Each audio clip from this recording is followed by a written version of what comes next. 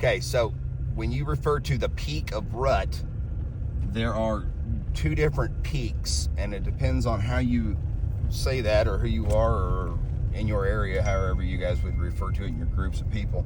But there's a hunter's peak of rut, and then there's a peak of rut.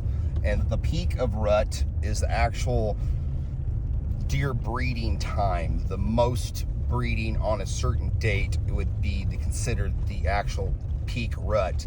A hunter's peak is not actually the peak, it's actually the most active they're seeking. So there's less does that are ready to breed, and there's more bucks that are seeking because nothing's ready to breed yet. So that's your hunter's peak. And there'll be some, I don't know how you would explain it, but there's going to be like a couple different peaks that you could call the peak in your areas, probably, like ours. So once they go into lockdown, there's going to be certain does that come in on week 1, and there's only 20% of them that are in on week 1, so you're going to lose X amount of your bucks.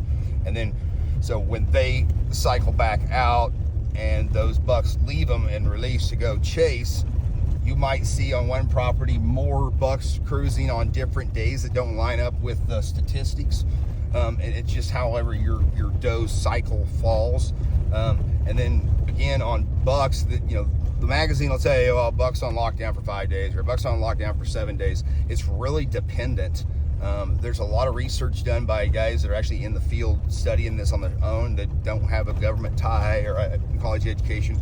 They'll watch this and they'll say, okay, this one buck, he just ran over there and bred that doe, and then he left her and went over and bred that doe. So how does that work if Outdoor Magazine tells you that, oh, it's 7 days, or it's 5 days?